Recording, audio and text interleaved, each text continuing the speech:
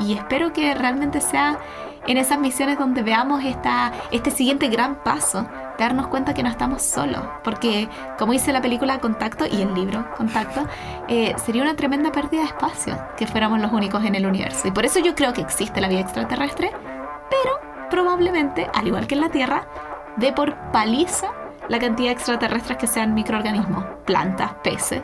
Serían extraterrestres bacanes. Y un par de humanoides por ahí que estén tratando de buscar otros humanoides y fracasando en el intento.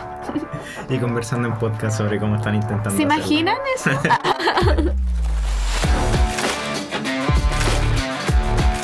Notables Podcast es un programa de divulgación científico-tecnológica que busca acercar al público general la visión, intereses y experiencias de personas dedicadas a su investigación, enseñanza y divulgación. Encuéntranos como @NotablesPodcast en las diferentes redes sociales. Conduce Claudio Muñoz Herrera.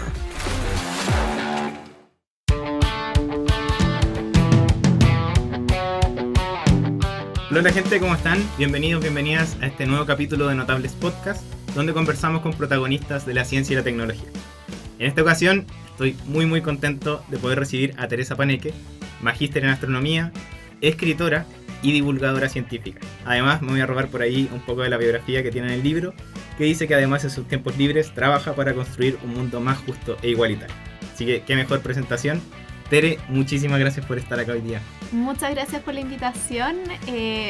Nada, feliz de poder tener esta conversación y espero que la gente lo disfrute tanto como seguro nosotros vamos a disfrutar estos minutitos. Sí, va a ser genial. Tere, tu investigación, tú estás haciendo el doctorado ahora, va un poco en estudiar lo que es los entornos de formación planetaria. Y aquí, de repente a mí se me prendió la bombilla, la ampolleta, y digo, claro, los planetas se forman. Entonces muchas veces uno vive en una escala de tiempo más corta y como que da por sentado que existe el sistema solar, a uno se lo enseña cuando está en el colegio, pero claro, de alguna parte tuvo que haber salido y en el universo deben haber otros sistemas solares que se están formando. No sé si nos podéis contar un poquito sobre eso. Me encantó la manera en que lo dijiste porque es un poco el mismo proceso por el que yo pasé cuando decidí que quería estudiar formación de planetas. Yo entré a astronomía. Algunas personas tienen una historia muy inspiradora de por qué entraron a astronomía. En mi caso fue porque me gustaba la física, me gustaba entender lo que estaba pasando a mi alrededor. Siempre fui una persona muy curiosa y quería resolver problemas. Y me pareció que el universo iba a estar lleno de problemas, entonces yo quería estudiar ese lugar lleno de preguntas. Esa fue mi motivación para entrar a astronomía. ¿Por qué digo esto? Porque en un inicio yo no tenía una meta dentro de la astronomía. No era como que hubiera algo que me gustara o que no me gustara. No sabía qué se investigaba, no sabía qué estaba pasando. Entré bastante a ciegas, simplemente motivada por esta idea de resolver problemas. Como quien hace un puzzle pero no se saben las reglas, una cosa así.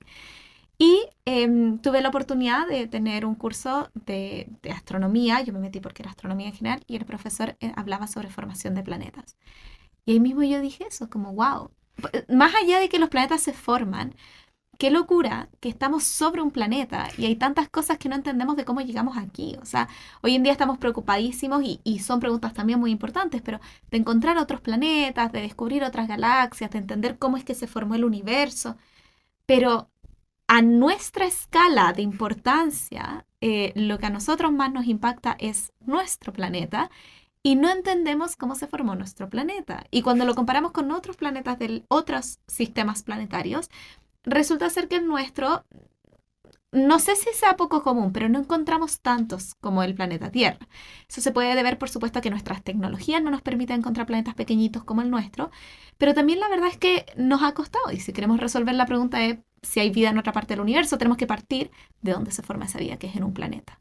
Entonces, un poco las herramientas que ocupamos para resolver esta pregunta son, en primer lugar, las observaciones. Observaciones de radiotelescopios como ALMA en el norte de Chile nos sirven un montón. Pueden observar los discos de polvo y gas en torno a estrellas jóvenes, que es donde se forman los planetas.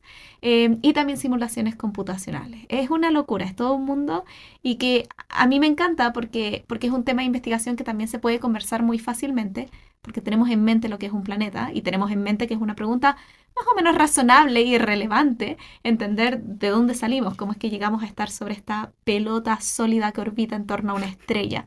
Es una locura realmente. No sé si en algún momento de la carrera de astronomía se quita como ese vértigo en el estómago cuando uno empieza a tratar de hacer un zoom y dice, estoy parado en una roca que está en el espacio girando en la nada alrededor de una estrella. Y Sí. hay muchísimas así. Eh, es una locura, yo no lo pienso tanto, esa es la realidad, porque, y creo que esa también es una de las razones por las que me gusta estudiar un tema, nosotros en astronomía, yo siempre con mis colegas, mis compañeras, compañeros, digo, yo estudio cosas pequeñitas, yo estudio planetas, ¿no? Porque claro, mi mejor amiga del doctorado estudia galaxias, pero ella estudia la parte central de las galaxias, entonces igual también estudia cosas pequeñas dentro de la escala de galaxias. Hay gente que estudia cosmología, que estudia todo el universo. Y ahí yo creo que hay una capacidad de abstraerse de la realidad de lo que estás estudiando. Porque aún así, claro, yo hablo de sitios de formación planetaria y vemos estos objetos que en mi caso están a cientos de parsecs de distancia de nosotros, dentro de nuestra Vía Láctea siempre, no me voy a otras galaxias, todo dentro de nuestra Vía Láctea, pero increíblemente lejanos, objetos que tampoco van a evolucionar. O sea, yo trato de entender cómo se forma un planeta observando algo que yo nunca voy a poder ver cómo se forma el planeta, porque el planeta también se va a formar en cientos de miles de años. Entonces, no es solamente la distancia del universo lo que produce vértigo, sino también las escalas de tiempo.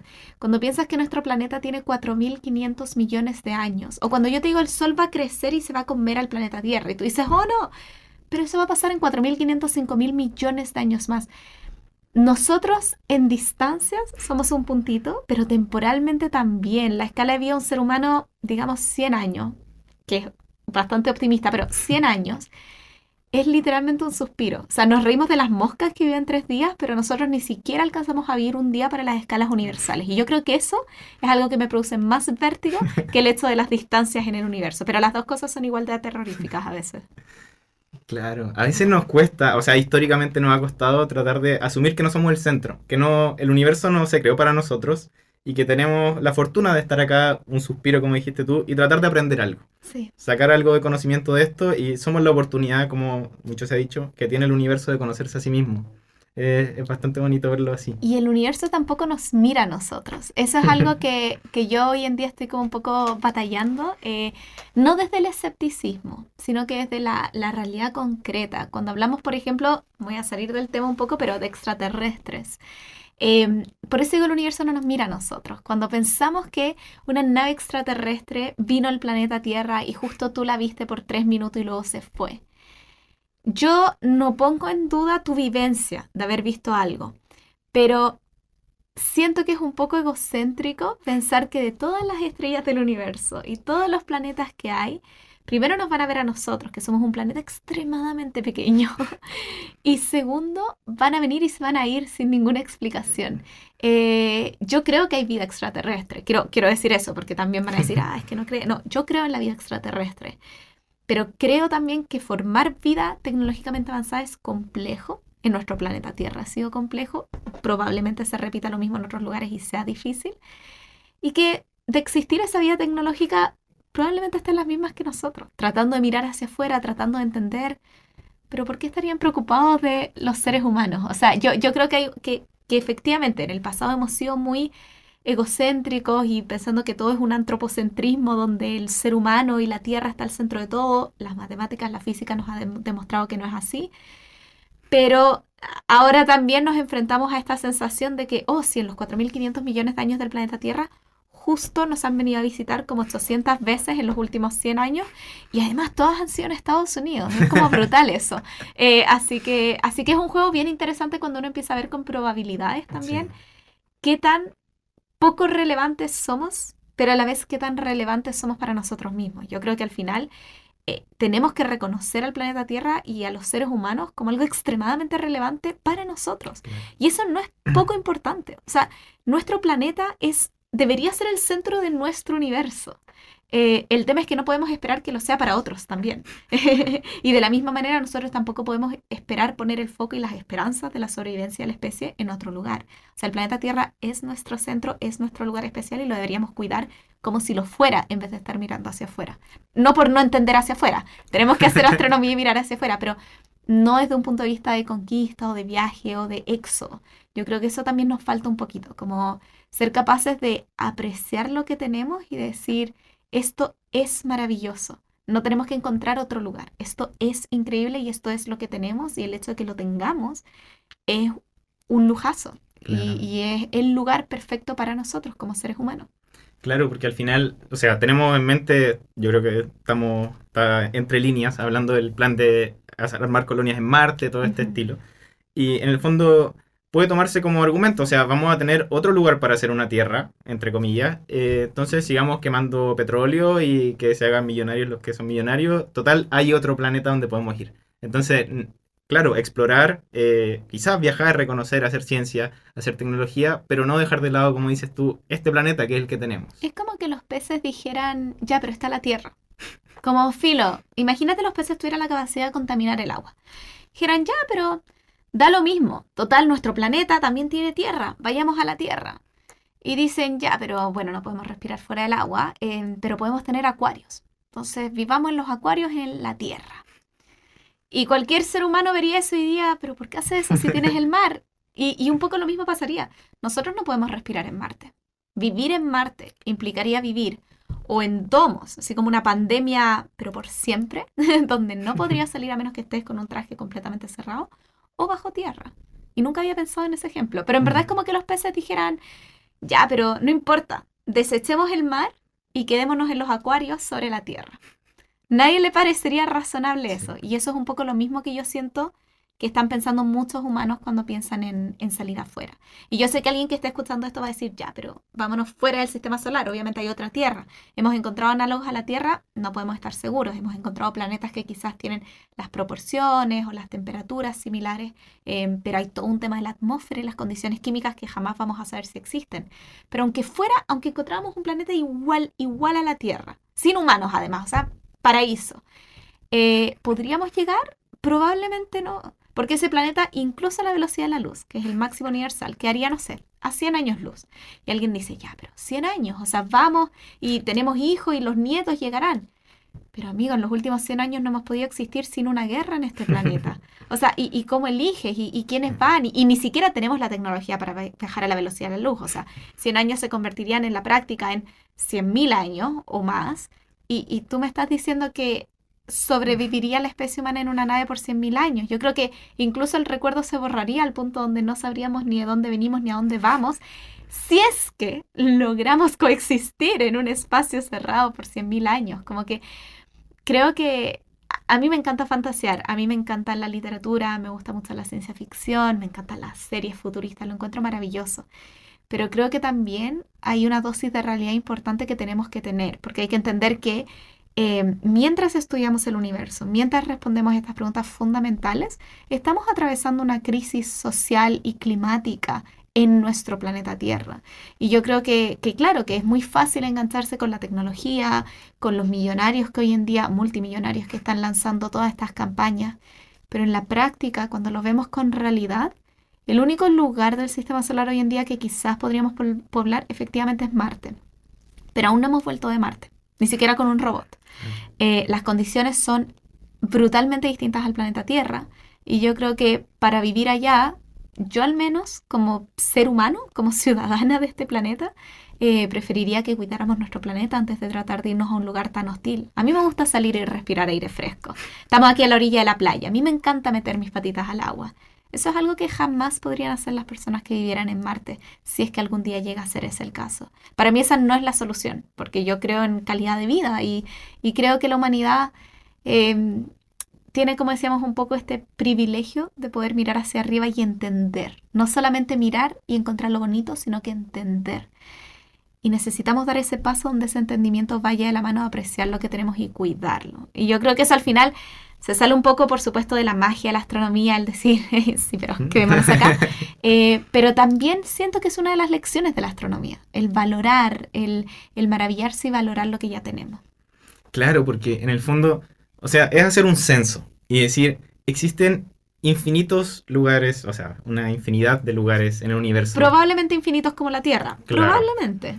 Pero nos tocó este y no hay forma práctica en que lleguemos a otro. ¿Por qué no nos ponemos al día en hacer las cosas bien? Perdón. Sí, exactamente. Qué genial. Ahí quería volver un poquito donde estábamos hablando de, ya, puede haber mucha vida extraterrestre. Ahí escuchaba, creo que era Avi Loeb de Harvard, de la parte de astronomía, que mencionaba, o sea, él decía que su visión de la vida extraterrestre era que probablemente nosotros éramos un término medio en la campana de Gauss. Decía, claro, pueden haber vida microbiana, vida un poco avanzada, y vida quizás tan avanzada que como mencionabas tú, no le interesamos. No le interesamos. Y nos cuesta ese ejercicio muchas veces de decir, no le importamos al universo. O no saben de nosotros. Claro. Sí, si hubiera otra civilización extraterrestre con nuestra tecnología, no nos podrían encontrar. Nosotros jamás nos encontraríamos a nosotros mismos.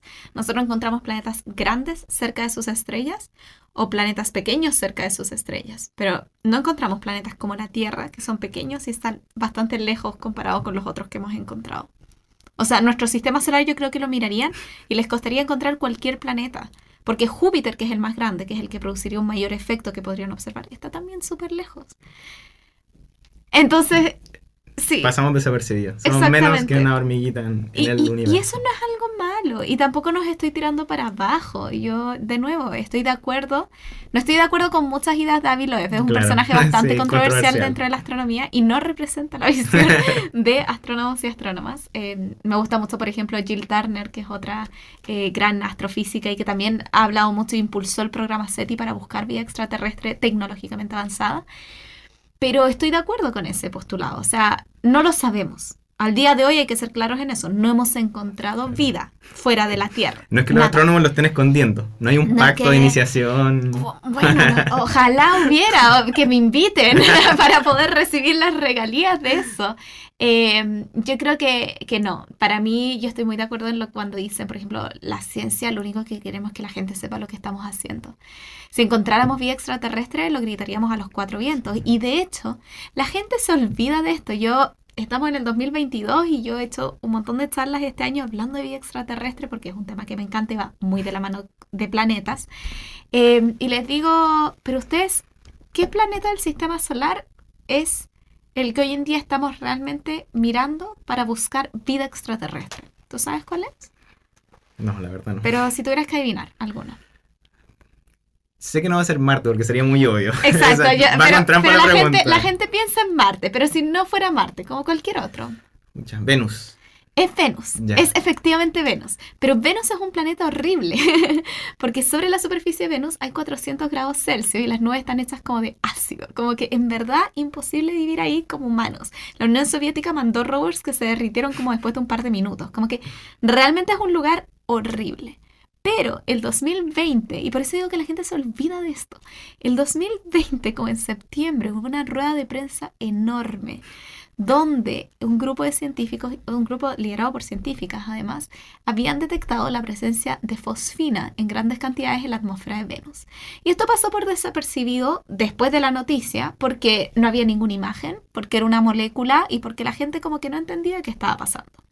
La fosfina es una molécula de la que yo no sabía su existencia hasta ese día y resulta ser una molécula que aquí sobre la Tierra se produce en grandes cantidades debido a actividades humanas, industriales, también las pueden producir volcanes y también las producen un tipo de microorganismos que son muy resistentes a las condiciones de menos oxígeno.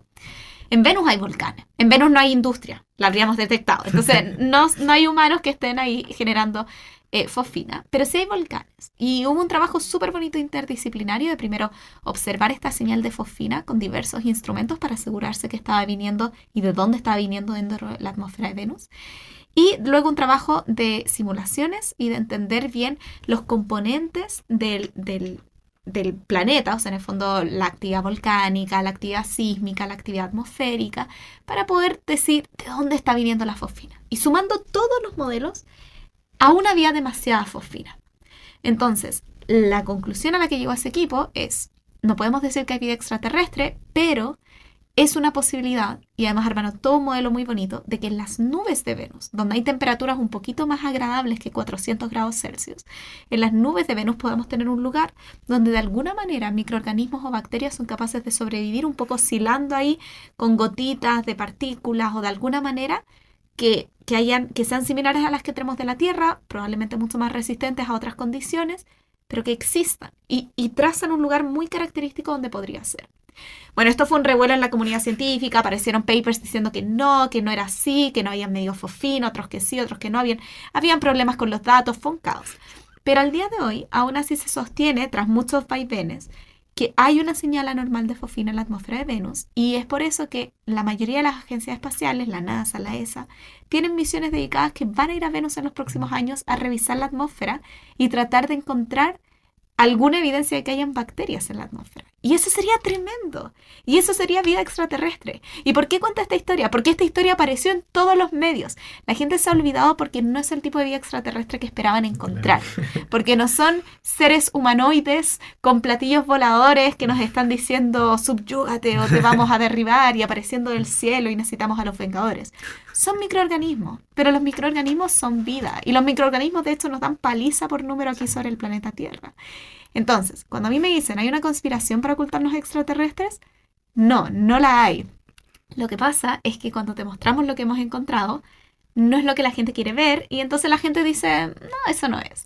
Y por eso es tan importante que hagamos comunicación de las ciencias y que les expliquemos a las personas y que lleguemos al acuerdo de que encontrar vida en forma de microorganismos es fascinante. Yo espero de todo corazón seguir viva en el momento en que detectemos una señal sólida de vida fuera del planeta Tierra. Y ojalá sea en nuestro sistema solar, porque eso nos va a poder permitir explorarla. Si es en otro sistema va a ser igual de fascinante, pero no vamos a poder llegar allá. Yo realmente tengo todos los dedos de los pies, de las manos cruzados por estas misiones que se me olvidan siempre los nombres, solo me acuerdo de Da Vinci, porque se llama Da Vinci, pero que van a ir a la atmósfera de Venus a buscar esto. Y espero que realmente sea en esas misiones donde veamos este siguiente gran paso, de darnos cuenta que no estamos solos, porque como dice la película Contacto y el libro Contacto, sería una tremenda pérdida de espacio que fuéramos los únicos en el universo. Y por eso yo creo que existe la vida extraterrestre, pero probablemente, al igual que en la Tierra, dé por paliza la cantidad de extraterrestres que sean microorganismos, plantas, peces. Serían extraterrestres bacanes. Y un par de humanoides por ahí que estén tratando de buscar otros humanoides y fracasando en el intento. Y conversando en podcast sobre cómo están intentando ¿Se imaginan eso? Sí, encuentro genial eso de, claro, estamos buscando vida, hay señales de que quizás podría haberlo, pero no es lo que la gente piensa que va a encontrar. Porque en el fondo, claro, tenemos el cerebro un poco lavado por todas las películas y todo el tema. Y también yo creo que se vio harto en la pandemia. Yo creo que en la pandemia, una de las cosas buenas que podría haber tenido, es que la gente entendió cómo trabaja la ciencia. Uh-huh. O sea, hay que probar, hay que fallar y darse cuenta que, claro, lleva años llegar a un resultado, más que sea algo seguro, el desarrollo, por ejemplo, de una vacuna, algo seguro para los humanos, lleva colaboración, requiere de mucho financiamiento. Y eso al final del día, porque hasta ahora los científicos podían haber estado, por lo menos esta área, un poco escondidos, trabajando tras bambalinas. Pero darte cuenta que necesitas financiar eso, un Estado, es tremendo. Sí, no, y yo creo que la ciencia ahí, a costo de pegarle un palo a la astronomía, yo creo que una parte de hacer comunicación de ciencia es retribuirle a la sociedad las investigaciones que ellos mismos están financiando a través de sus impuestos y poder recopilar de la sociedad cuáles son los ítems claves en los que deberíamos estar trabajando. Y por eso digo un palo para la astronomía, porque hay mucha gente que quizás cuando ve este sistema de cómo funciona la ciencia, sobre todo en países como Chile, donde es en su vasta mayoría financiada por fondos públicos, la gente diga, oye, pero yo quiero que ustedes en verdad se enfoquen en estudiar, no sé, energías renovables o el proceso de desertificación o cómo combatimos el cambio climático. Y quizás las áreas prioritarias para las personas no sean la astronomía. Ahora, la astronomía también resuelve otro tipo de preguntas que son muy fundamentales y conlleva un desarrollo tecnológico y en un país como Chile, un desarrollo en ciertos sectores de la sociedad, como por ejemplo las personas que viven en el norte, que tienen la posibilidad de repente desarrollar algún tipo de tecnología más específica para poder observar, si así lo quisiéramos y si así lo empujáramos desde el Estado. Pero yo siento que tiene que haber una retroalimentación constante entre la ciencia y la sociedad, porque el conocimiento que genera la ciencia, y esto es algo muy importante, no se genera solamente para científicos y científicas. Nosotros generamos conocimiento para la humanidad. Y es muy importante que ese conocimiento no se quede en las 50 personas que les interesa una cierta área de estudio, porque ahí no sirve de nada. Lo que sirve es poder sacar ese conocimiento para que otras personas los reciban y digan, tengo una idea. Veo esto, me hace sentido y se me acaba de ocurrir una idea brillante que puede aportar a esa área. Si yo no sé lo que se está haciendo en una área, nunca voy a poder aportar con mi visión ni con mis ideas. Y eso va en todas las edades. O sea, yo quiero que niños y niñas me pregunten sobre formación de planetas sin saber nada de formación de planetas y quizás sin tener las herramientas matemáticas o físicas o de conocimiento para poder aportar a nivel científico. Pero a veces con algunas preguntas uno se queda dando vueltas y dice, wow, no lo había mirado de esa manera. O de repente ese niño o niña que te pregunta cuando tiene 6 años, después te pregunta cuando tiene 20 años y quiere dedicarse a el tema de investigación en particular. Entonces creo que tenemos que darle una vuelta a la manera en que vemos qué es lo que hace la ciencia y cuál es el rol de los científicos y científicas en la sociedad. ¿Es generar conocimiento? ¿Es literalmente empujar la barrera del conocimiento un poquito más allá? Absolutamente sí. Pero ese conocimiento, ¿a dónde va a parar? ¿Qué es lo que hacemos con ese conocimiento? No podemos elitizar la ciencia, no podemos hacer que la gente vea a los científicos y científicas como en una cúpula de la verdad en el Monte Olimpo. Nosotros también somos parte de la sociedad, nosotros nos formamos gracias a los aportes de la sociedad y entonces tenemos que cerrar el ciclo y retribuir a la sociedad y a todas las especialidades que puedan crecer con el conocimiento que vamos generando. Eso de verdad no, lo encuentro genial. Es muy necesario. Darnos cuenta y que la ciencia tenga un enfoque territorial, como mencionas tú. En el fondo, claro, nosotros tenemos un montón de recursos renovables y en temas de astronomía tenemos unos cielos privilegiados. Exactamente. En el fondo, tratar de desarrollar la astronomía siempre ha generado grandes avances tecnológicos. Y la astronomía además es un área increíblemente multidisciplinaria. En astronomía, yo hoy en día, por ejemplo, estudio más astroquímica, trato de entender los entornos de formación de planetas, pero desde un punto de vista de cuáles son las moléculas que hay presentes, cómo se distribuyen esas moléculas. La química va muy de la mano de la temperatura, la densidad, pero yo no tengo formación de química, entonces yo he estado aprendiendo química. El trabajo de astroquímica va muy de la mano con el trabajo en laboratorio, o sea, también nos colaboramos un montón con gente que es química pura, y luego para toda la parte de observación, o sea, desde personal técnico hasta ingenieros e ingenieras de todas las especialidades, son quienes hacen posible construir esos monstruos de telescopios que tenemos en el norte del país y poder observar. Y hoy en día Chile, la verdad es que la observación astronómica es algo que se hace de manera increíblemente colaborativa a nivel internacional. La astronomía también es una herramienta muy fuerte de diplomacia. Entonces tenemos, por ejemplo, el Observatorio Europeo Austral, que es donde yo trabajo, y quienes dirigen y llevan la mayor parte de los telescopios del norte de Chile, pero también hay otros tipos de organizaciones, usualmente internacionales, donde todos los países ponen fondos. Las antenas de ALMA son un ejemplo maravilloso porque cada antena, son 64 antenas que funcionan como una sola. Pero hay grupos de antenas que fueron construidos por países distintos. Tú tienes antenas japonesas, tienes antenas europeas, tienes antenas norteamericanas, que son los 3 grandes nodos: Asia, Norteamérica, Europa y Chile. Y Chile hoy en día, si bien hay muchos ingenieros, ingenieras, científicos y científicas trabajando en el área astronómica, Chile, ya sea por la inversión o por las prioridades, no ha, digamos, liderado un proceso de como un observatorio.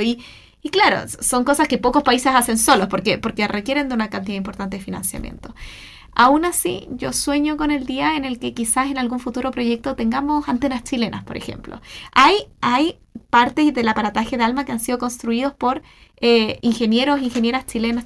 O sea, nosotros tenemos la capacidad técnica. Lo que necesitamos también es desarrollar que hayan más personas interesadas en el área y que haya una política de Estado de potenciar todas las ciencias, no solamente la astronomía. Hoy en día mucha gente me pregunta, bueno, ¿por qué vemos un boom de astronomía en Chile? Porque tú te vas de vacaciones al norte y puedes ir a un observatorio y tú puedes tener contacto con la ciencia. Tú, bueno, puedes tener contacto con los sismos, ¿no? Porque es un país tremendamente sísmico, pero hay pocas ciencias que tú en Chile puedas ir a visitar, por ejemplo, un centro de biología marina, o puedas ir a visitar un centro de, no sé, geología, geofísica, o un centro de química de los alimentos, qué sé yo. Ese tipo de cosas no se dan. Uno va por el colegio, pero necesitamos más museos científicos, necesitamos más centros donde niños y niñas puedan estar en contacto con expertos y expertas y ver qué es lo que se está investigando. Por eso la astronomía es un boom, porque se lo mostramos a la gente y le decimos, esto es lo que hacemos. Y dicen, wow. Pero yo estoy segura que si uno le mostrara a la gente lo que las personas de de biología marina, siempre digo biología marina porque me encanta, pero de biología marina o de conservación del ecosistema hacen, también nos parecería fascinante. Y hay muy buena ciencia desarrollándose en Chile. Lo que pasa es que necesitamos visibilizarla, necesitamos mostrarla. Así que, en fin, yo creo que las capacidades en Chile están de sobra. Creo que el personal técnico, la capacidad intelectual, o sea, abunda. Sobre todo porque, bueno, hace poco estuve en una premiación de los premios L'Oréal que premian a mujeres en ciencia. Y alguien decía, en Chile tenemos menos recursos que en otros países. Y con esos pocos recursos lideramos investigaciones internacionales y nos posicionamos a nivel mundial y local en nuestra región con lo que estamos haciendo. Imagínate si Chile invirtiese el doble del dinero. Es algo que requiere de un cambio de visión de para qué nos sirven las ciencias. Es algo que yo creo que es necesario. Yo creo que muchas desigualdades sociales se corrigen a través de la educación y el fomento de la ciencia. Pero no es algo inmediato. Es algo para lo cual tenemos que apostar a largo plazo.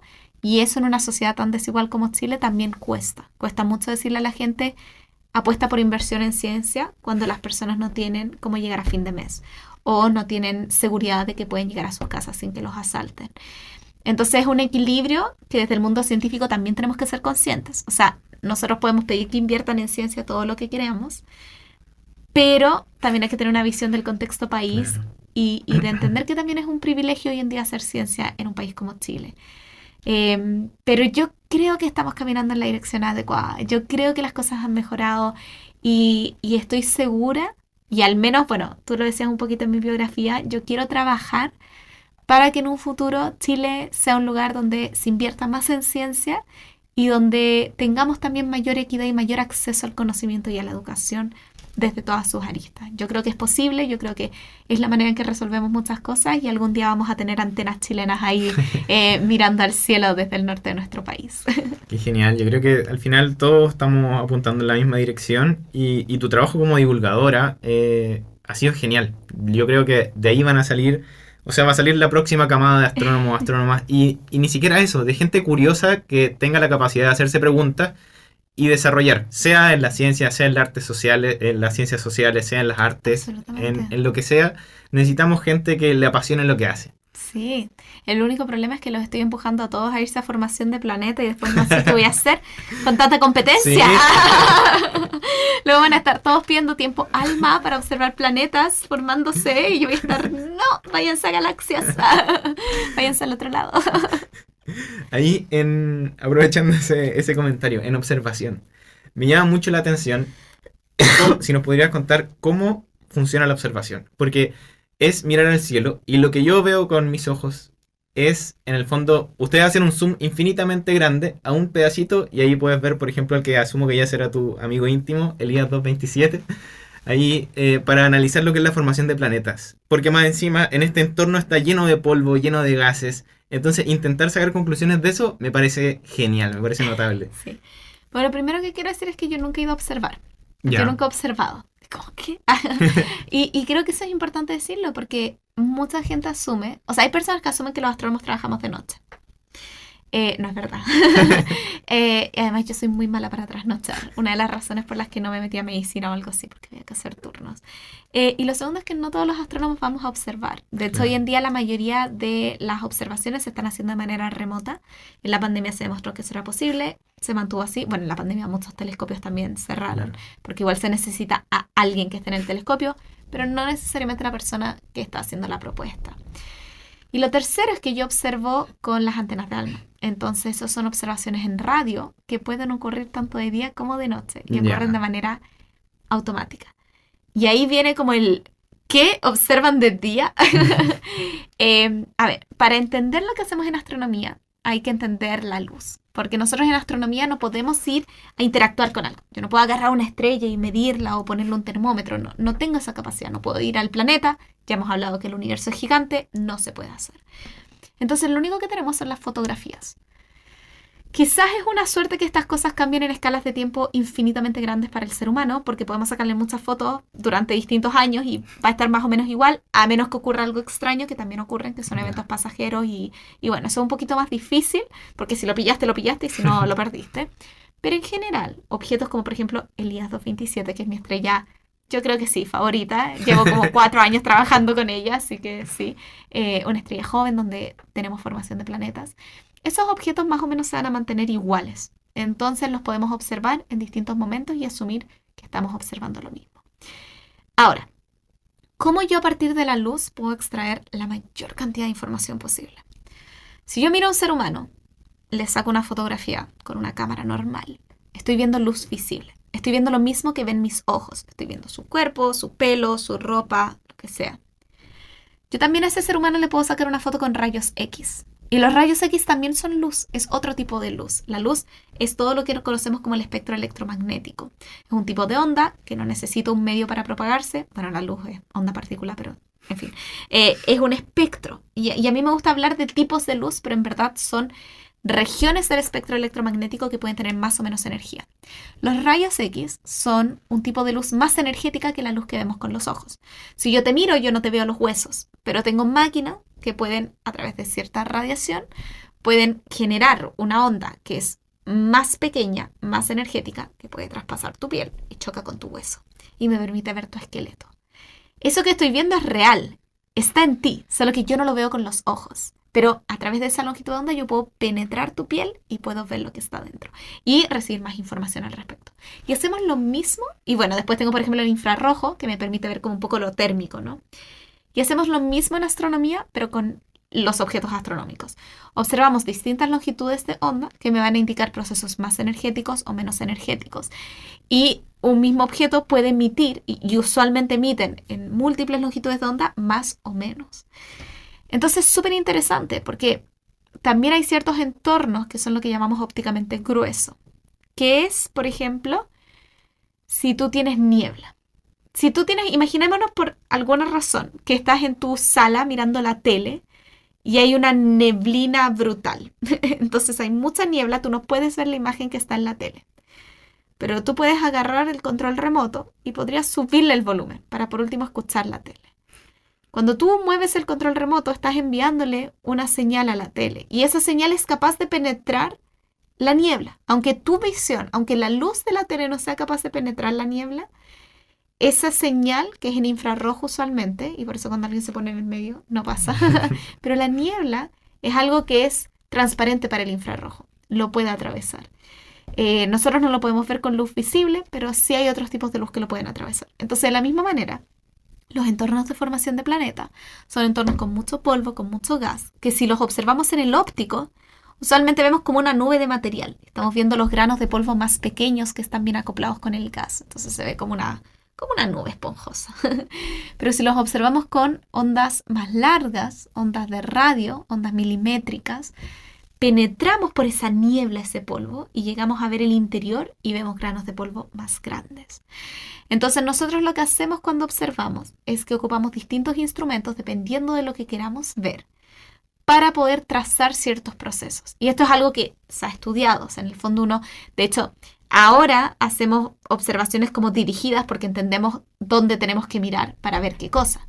Pero uno lo primero que hace en general cuando ve un objeto es que le saca un espectro, que es que yo le tomo una imagen, como quien dice toda la luz, la separo y veo dónde está emitiendo. Entonces aparecen unas cosas horribles que son unas líneas feísimas, no es ninguna imagen bonita, pero eso me entrega información sobre qué tipo de energía o qué tipo de luz, porque la luz y la energía son como lo mismo, qué tipo de energía está emitiendo ese objeto, dónde está, cómo es, de hecho se llaman Spectral Energy Distribution, o sea, en el fondo, cuál es la distribución espectral de la energía de ese objeto, dónde tengo mayor cantidad de flujo, tengo mayor cantidad de flujo en los rayos X, en el régimen óptico, en el régimen infrarrojo, y eso me permite entender un poquito más sobre lo que está pasando. Pero es súper complejo. Y después viene la otra dificultad, que es que la luz también interactúa con el medio. Entonces tengo moléculas, tengo átomos que interactúan con la luz, tengo estructuras atómicas y moleculares que cuando este paquete de energía, que es la luz, esta radiación, energía, luz, yo los ocupo como análogos. Quizás alguien de física se va a enojar conmigo, me pongo el parche antes de la herida, porque para ellos pueden ser cosas muy distintas, pero este paquete de fotones que llevan cierta energía pasan por un medio y hacen que las moléculas vibren. Pero eso no es gratuito. Las moléculas al vibrar le roban energía y le roban energía en lugares muy específicos que nos permite después identificarlas. Entonces, cuando yo recibo luz de un objeto, estoy recibiendo información sobre el medio por el cual pasa esa luz, estoy recibiendo información sobre la temperatura a la cual está el objeto, estoy recibiendo información sobre en qué zonas del espectro electromagnético está emitiendo el objeto y por ende qué procesos están ocurriendo si es que se caracteriza el objeto. Y por eso hoy en día lo que se hace es que también se estudian objetos con diversos instrumentos. Aquí sobre suelo terrestre podemos observar en general dos cosas. Luz óptica, que son los telescopios en el norte la mayoría, los que observan de noche, observan la luz que vemos con los ojos, solo que con espejos mucho más grandes, entonces con ojos mucho más grandes que les permiten observar objetos más tenues y recibir mayor cantidad de luz, entonces poder verlos mejor.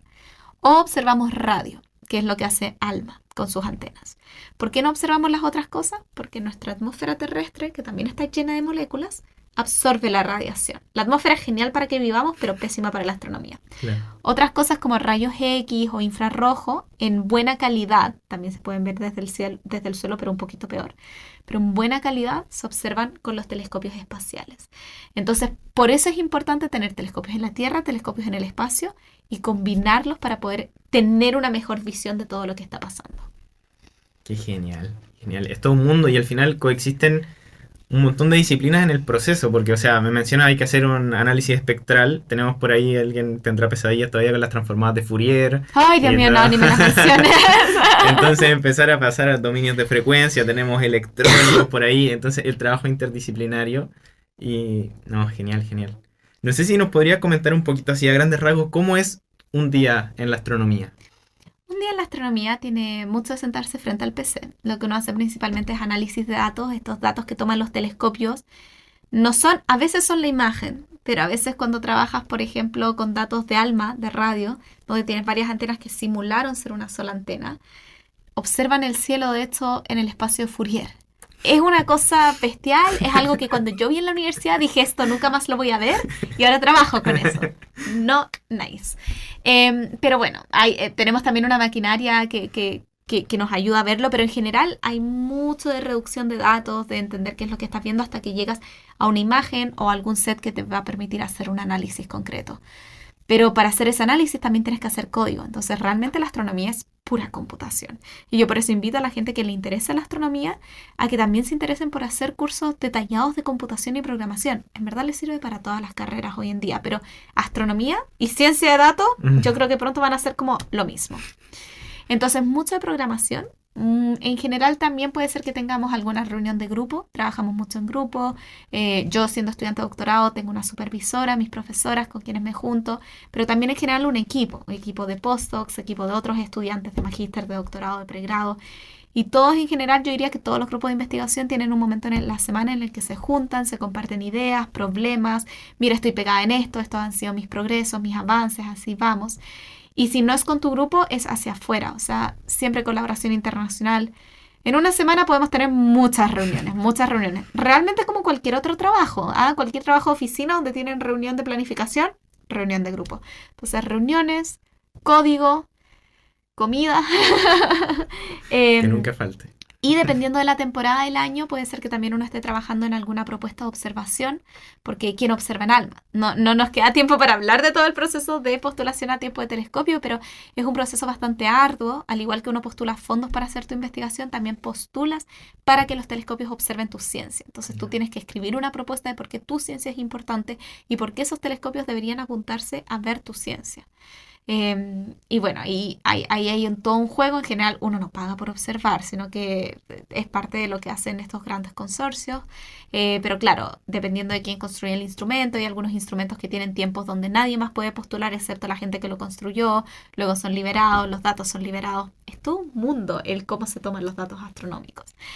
Entonces, dependiendo de la fecha del año, pueden haber postulaciones a tiempo de observación, postulaciones a fondos, postulaciones a un próximo trabajo, oposición. Y luego, cuando uno ha tenido la suerte de poder sentarse suficiente tiempo a analizar los datos y tener resultados, viene la parte importante, que es escribir la publicación científica. Escribir un artículo científico con lenguaje científico, que no piensen que desde las ciencias no usamos las humanidades, que tenemos que dejar de lado esta idea de matemático o humanista, porque todo se mezcla para todas las labores.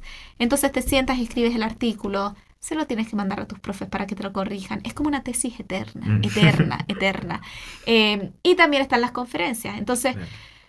realmente los días varían semana a semana, porque hay semanas en las que yo estoy en una conferencia y estoy todo el día viendo charlas y comiendo en coffee breaks y me siento maravillosa, y estoy preparando mi presentación para poder compartir con mis colegas mi trabajo. Hay otros días en los que estoy escribiendo mis artículos, hay otros días en que estoy presentando mis avances en mis reuniones de grupo y hay días en que estoy simplemente tratando de ver dónde está el error en mi código que funcionaba hace 2 días y que ahora no quiere funcionar.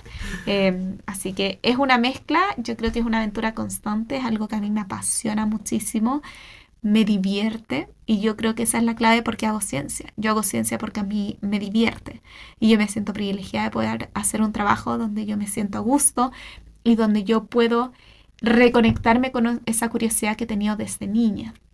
Y por lo mismo que siento un privilegio es que yo, además de esto que te comento que hacemos en la ciencia, mis días usualmente cuando terminan se transforman en ser terepaneque y en grabar algún video o en contestar o en hacer alguna charla en algún colegio cuando no estoy en Chile de manera virtual. Cuando estoy en Chile ahora ha sido una locura porque también ha sido de manera presencial. Pero es un mundo muy bonito y es un mundo que yo realmente deseo que para cualquier persona que quiera estar en él, pueda estar en él. Sobre todo si son mujeres que nos hacen mucha falta. Qué genial, qué genial. Solo pregunta de nerd. ¿En qué lenguaje programas? Python. Python, ya. He tenido ahora que trabajar con códigos que están en C. Ya. Y bueno, yo digo, sabes programar en un lenguaje, sabes programar en el otro. O sea, que no es cierto, pero uno en general entiende la estructura, sintaxis, ¿no? La claro. sintaxis. Pero yo en verdad sé programar solamente en Python. No, jamás me atrevería en este momento a trabajar en un código en C. Lo tengo que hacer porque el código está escrito en C, Claro. pero hay gente que programa, hay códigos antiguos escritos en Fortran, hay gente que aún usa R también para algunas cosas, Java, No. depende mucho. Pero yo diría que la gran parte de la comunidad astronómica ocupa Python. Qué genial. Sí, es lo que se viene y tiene para rato. Sí. Mucho más legible que los otros. Esperemos que sí. Tere, en estos últimos minutitos que nos quedan, quería pasar a lo que son las preguntas típicas ya, como para ir cerrando. Queríamos saber si es que nos puedes recomendar algún libro o película. Ay, ¿verdad? Yo no venía preparada, quiero que se sepa. A ver, yo creo que tengo que ser honesta. El libro que yo siempre recomiendo y regalo a la gente que más significa para mí es La sombra del viento de Carlos Ruiz Zafón. Yo he pasado por muchas cosas en mi vida de leer. O sea, digo, amaba leer de pequeña de todo tipo de cosas, pero creo que uno de los libros que yo he encontrado que más me ha gustado y me ha enganchado es Carlos Ruiz Zafón, La sombra del viento. Todos sus libros en verdad los encuentro maravillosos, me encanta. Pero últimamente también he estado leyendo a Dulce Chacón, La voz escondida. Es un relato sobre el rol de las mujeres en la Guerra Civil Española y es muy conmovedor. Yo creo que puede resonarle mucho también a la gente con lo que probablemente pasó también con mujeres acá en Chile durante la dictadura. Así que ahora he transicionado, en mi infancia me gustaba la fantasía, ahora me gusta mucho más la novela negra e histórica. Así que yo creo que esos 2 libros de Dulce Chacón y de Carlos Ruiz Zafón. Genial, genial. Ay, película, perdón, no lo dije. Interestelar siempre. Ya. Y Avatar, aprovechando ahora que vienen las dos. Yo ya tengo mis entradas para ver las dos. Así que sí, Interestelar y Avatar. Genial, genial. Y el último punto es un consejo. Todo lo que pueda caer bajo la categoría de consejo, para mí, para ti, para quien esté escuchando. Yo creo que suena muy cliché, pero para mí el consejo es realmente buscar hacer las cosas que nos hagan felices y que nos llenen y aprovechar las oportunidades. Yo me siento una persona tremendamente afortunada, como mencionaba antes, de hacer algo que me apasione, como es la ciencia, y de haber encontrado algo que me fascina, como lo es la comunicación de la ciencia. A veces siento que es mucho hacer las 2 cosas, pero me doy cuenta de que las amo y las disfruto las 2 por igual y que he tenido el privilegio de tener tantas oportunidades y de saber aprovecharlas para hacer crecer esto que tengo como por los 2 frentes, que no me arrepiento de nada de lo que he hecho hasta ahora desde esa perspectiva como laboral y vocacional. Creo que le recomendaría a la gente que siempre busquen maneras de llegar a esas metas que soñaban de niños o de niñas. Para mí esa meta era ser profesora. Y yo solamente no estudié pedagogía porque yo también quería aprender. Y tomé esa decisión. Tomé la decisión de hacer ciencia con el compromiso conmigo misma y que siempre iba a estar ligada de alguna manera a la enseñanza. Durante la universidad fue haciendo ayudantías, ahora es haciendo comunicación de las ciencias. Yo creo que es posible hacer eso que nos apasiona. Así que le diría a la gente que no deje ir de ese sueño, que busque las maneras de lograr los objetivos que se propuso, como de mirar hacia atrás y poder decirle a esa pequeña Tere, en mi caso, como lo logramos, como que lograste hacer algo bonito, lograste seguir siendo curiosa y lograste sentirte cómoda también en un hogar y en un país, porque yo de pequeña también me moví mucho por el mundo, entonces siempre sentía que no encajaba. Y hoy en día para mí Chile es mi país, es el lugar al que quiero volver.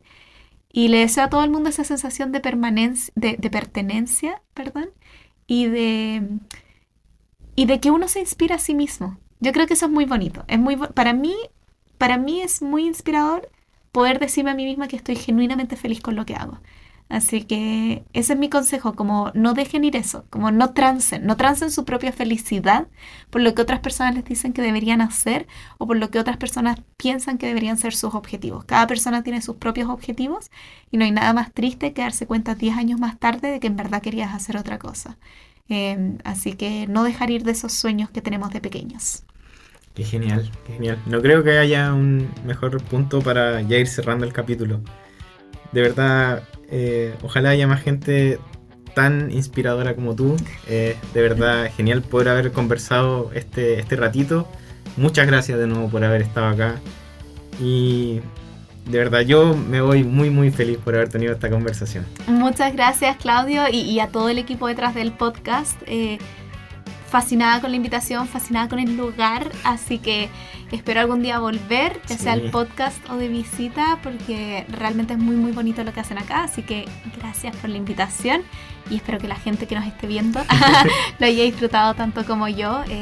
Es bonito cuando uno tiene unas conversaciones así como... Creo que fuimos por muchas ramas, sí. Pero se pasó bien, así que gracias. Sí, la conversación tiene vida propia.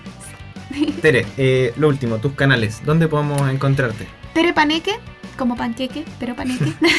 Tere Paneque en Twitter, TikTok, Instagram, YouTube, que no subo tanto, pero eventualmente habrán cosas, se vienen cositas. Sí. Pero eso, TikTok, Instagram, Twitter, Tere Paneque, en todo.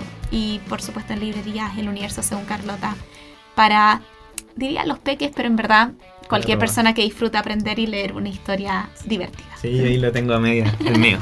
Y esperamos el tercero para el primer semestre del próximo año. Se viene el tercero sobre lo que conversamos. De extraterrestres, ya lo voy a decir. La primicia. La primicia. Genial. Muchísimas gracias de nuevo. Y esperamos que les haya gustado el capítulo. Abajo vamos a dejar nuestras redes. Y recuerden que así como nuestra queridísima Tere Paneque, ustedes también pueden ser notables. Chao, chao.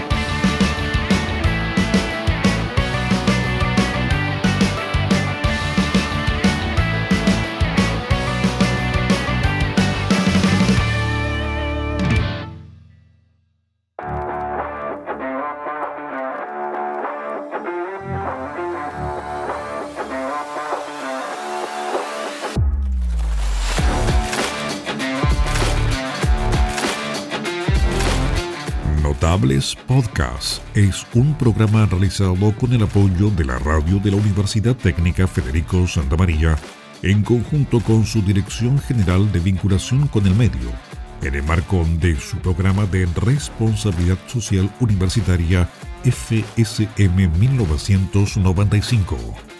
Gracias por acompañarnos.